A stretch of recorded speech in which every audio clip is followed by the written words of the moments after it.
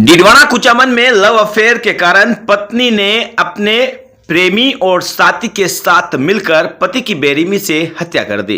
हत्या की पूरी प्लानिंग नागपुर महाराष्ट्र से वाईफाई कॉलिंग पर रची गई थी। शादी के करीब 7 साल बाद पहली बार पति की मौत पर शोक जताने के लिए पत्नी फ्लाइट से जयपुर आई और सीधे पति की शोक सभा में जाकर रोने लगी थी। हालांकि वारदात के 7वें दिन पुलिस ने पत्नी समेत तीनों आरोपियों को गिरफ्तार कर लिया। आपको बता दें कि घटना डीडवाना जिले के गच्छीपुरा थाना इलाके के बोरावड़ रोड पर 29 नवंबर की हुई है। रात को ये घटना हुई थी जहां सुरेंद्र उर्फ सुरेश की बॉडी मिली थी। गच्छीपुरा सीआई महावीर सिंह ने बताया था कि हत्या में शामिल मृतक की पत्नी रेखा समेत 2 आरोपी राजू राम व जीवन राम को डिटेन कर पूछताछ के बाद गिरफ्तार कर लिया गया है। ये पूरा मामला 29 नवंबर 2025 को है। उमाराम पुत्र कृष्णाराम निवासी इटावा लाखा ने अपने छोटे भाई के लड़के सुरेंद्र उर्फ सुरेश दादरवाल की गच्छीपुरा इलाके में सड़क हादसे में मौत होने की रिपोर्ट दर्ज करवाई थी, लेकिन पुलिस को बॉडी के गले और पीठ पर गहरे जख्म मिले। इस आधार पर मेडिकल बोर्ड से बॉडी का पोस्टमार्टम करवाया गया। रिपोर्ट में सामने आया कि मृतक का गला धारदार हथियार से काटा गया था।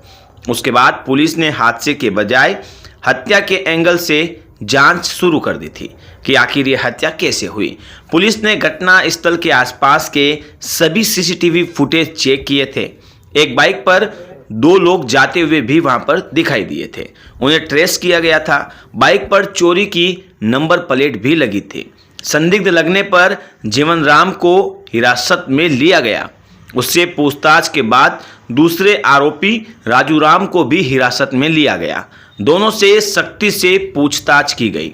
जांच में सामने आया कि हत्या की जो पूरी साजिश है वो मृतक की पत्नी रेखा ने नागपुर में रहकर रची थी।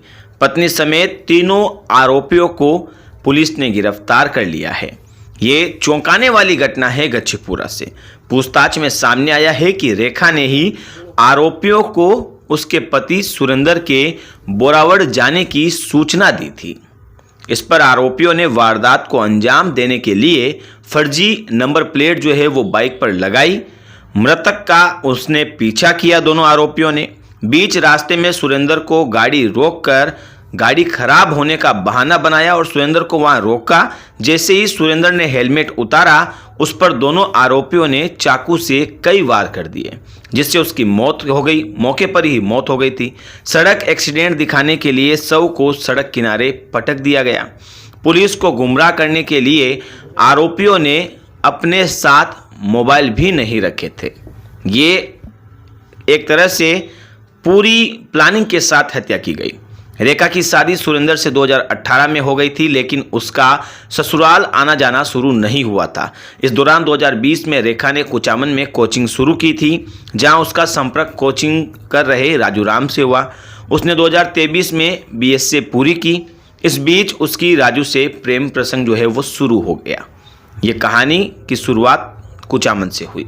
इस दौरान रेखा नागपुर में अपने मार्बल कारोबारी पिता के साथ रहने लगी। वह पिछले 3 महीनों से केवल वाईफाई से ही अपने प्रेमी के संपर्क में थी। देखिए हैरान करने वाली ये घटना, जिसमें केवल वाईफाई से कॉलिंग किया गया। रेखा ने नागपुर से ही अपने पति की हत्या की प्लानिंग की। हत्या वाले दिन वो फ्लाइट से किशनगढ़ आई और अपने ससुराल इटावा लाखा पहली बार पहुंची थी। ये पहली बार थी जब वो अपने ससुराल पहुंची थी। रेखा के पिता आर्मी से रिटायर्ड हैं और नागपुर में मार्बल और ग्रेनाइट का व्यापार करते हैं। रेखा अपने पिता के साथ ही वहां रह रही थी। राजू राम से प्रेम करने के चलते रेखा सुरेंद्र को पसंद नहीं करती थी, इसलिए सुरेंद्र को रास्ते से हटाने का प्लान बनाया गया और ये प्लान सक्सेसफुल भी हुआ, लेकिन पुलिस ने गिरफ्तार कर लिया है। सुरेंद्र एक प्राइवेट स्कूल में पढ़ाने के साथ साथ कंपटीशन की तैयारी भी कर रहा था। उसके पिता एक किसान हैं और एक छोटा भाई भी है जो पढ़ाई कर रहा है। अपने आप में हैरान कर देने वाला ये गच्छीपुरा का मामला। हालांकि पुलिस ने दोनों आरोपियों को गिरफ्तार कर लिया है।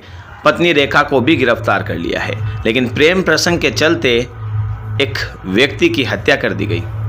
ये अपने आप में चौंकाने वाली घटना है जो गच्छीपुरा से सामने आई है। अब इस पूरे मामले में पुलिस आरोपियों से आगे की ओर भी पूछताछ कर रही है। फिलहाल गिरफ्तार करके इन्हें जेल भेजा गया है। खबर कैसी लगी कमेंट बॉक्स में जरूर बताइएगा।